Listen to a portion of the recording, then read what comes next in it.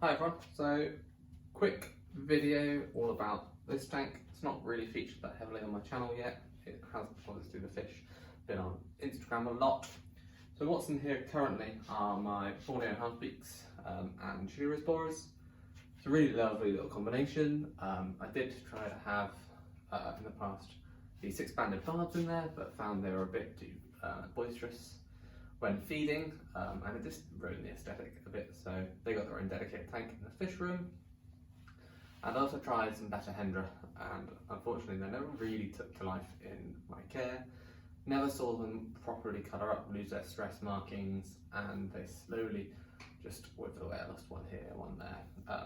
So I then moved them out of this tank into their own dedicated tank. Shallow water, slower moving water, more tint, more botanicals, and it wasn't enough. They just still sort of withered away, which was really unfortunate. But it meant it was time to have sort of a rethink and change up my stocking. Halfbeaks, chilli rasbora is staying.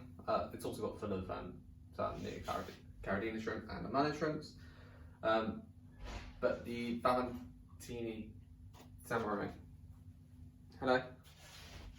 So the halfbeaks and chilli rasboras will stay in here, but I'm going to be moving in my samurai gouramis. Well, I had a pair, lost the male unfortunately, he jumped out. Female's just been moved in, she settled in really well, and I've got 10 more in quarantine, which I already spoke about.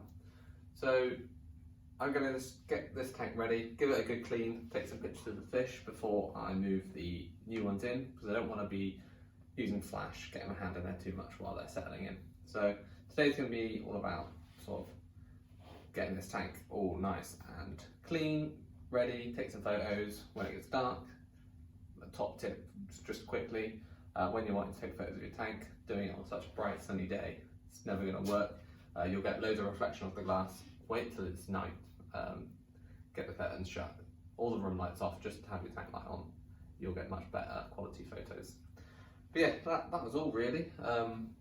Gonna do a quick time lapse, hopefully, maybe, see how it works on me cleaning and refilling the tank. It's gonna be a long process because I'm gonna bucket it all the way to the garden and water the plants with it because it's summer and that's what I always do, save water. So yeah, time lapse of the cleaning, maybe a bit more photography chat when I come to doing that. And then whenever I get around to moving the samurai gouramis out of quarantine into here, I'll add a bit on at the end for that as well. So yeah, hope you enjoy the rest of the video. Let's get started with the clean.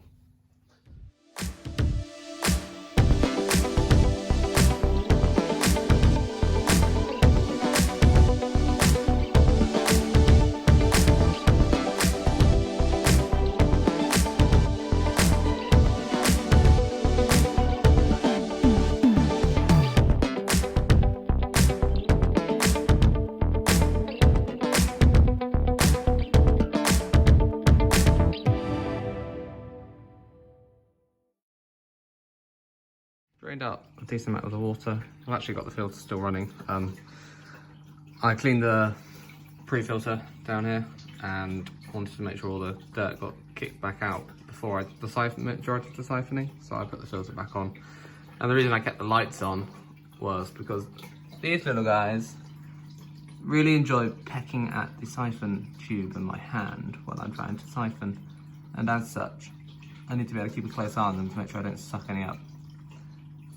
They're looking absolutely stunning today, bright red. You can see the halfbeaks lurking in the background. So yeah, I really like this tank. And you can see there is a lot of floating plants. We've got some java which break the surface up here, and some balance in the back corners. There's a mixture of water and a frog bit at the top. And I mean, you can see there's a bit of yellowing and some holes in the leaves, but I don't run a very high nutrient system. I don't put much, if any, fertiliser in at all. I want to make sure that I run as close to what the Borneo would be, which is very little in the way of plant nutrients. But yeah, you can sort of see the back of that log. It's just covered in dense java fern, which hopefully the halfbeaks will eventually lay eggs in. So Time to get it filled back up now, I guess. I always like viewing the tank when it's half empty. I think it actually would make it a really cool display. With some more emergent plants coming out of it, a bit more like my parasimonus tank. But it's in the house and I need to keep the lid on. So unfortunately, cover glasses and big oak lid stop that from happening. Excuse the reflection. Yeah, it's daylight. I wouldn't normally film like this, but I just thought while it was lower water level, I'd show how it looked.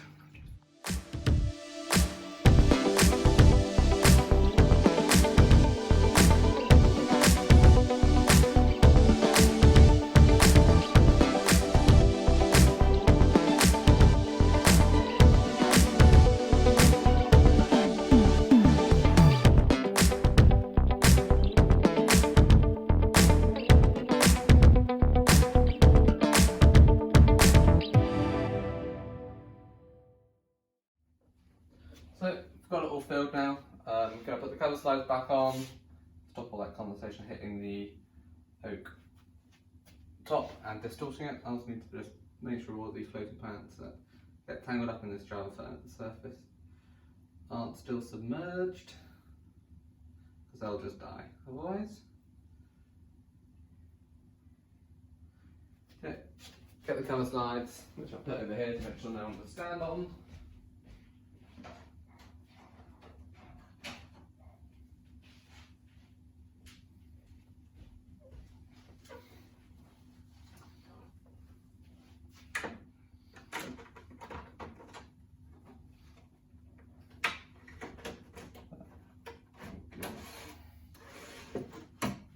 Cover slides get back on, and because I'm going to do some photography, I'm just going to leave the front clean down with a squeegee.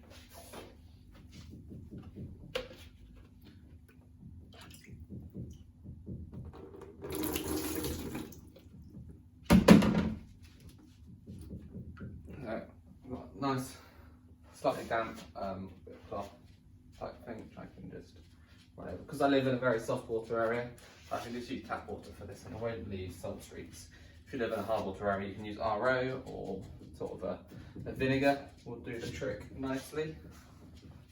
Whatever you've got. I wouldn't use sort of spray glass cleaners or anything like that. They can sometimes have nasty chemicals in, like if they do accidentally go in the tank, that would be a problem. That's why I always like to spray, if I was going to use anything like that, even vinegar, I'd spray it onto here and then I would apply it onto the glass that way rather than just spraying across the surface. You've got more chance of whatever it is getting into the tank. And then just squeeze you off the water. So I've got a nice clean, no water droplets on the front to leave marks for when I do photography later. Perfect. Oak tank can go on once I reposition the lighting, because they go over the central cover glasses, so I had to move those out of the way. So I've got decent illumination across the tank, make sure the plants are happy, and then get the lid, get this back on. This probably should be a two-person job, but I've done it enough times now. I sort of line up.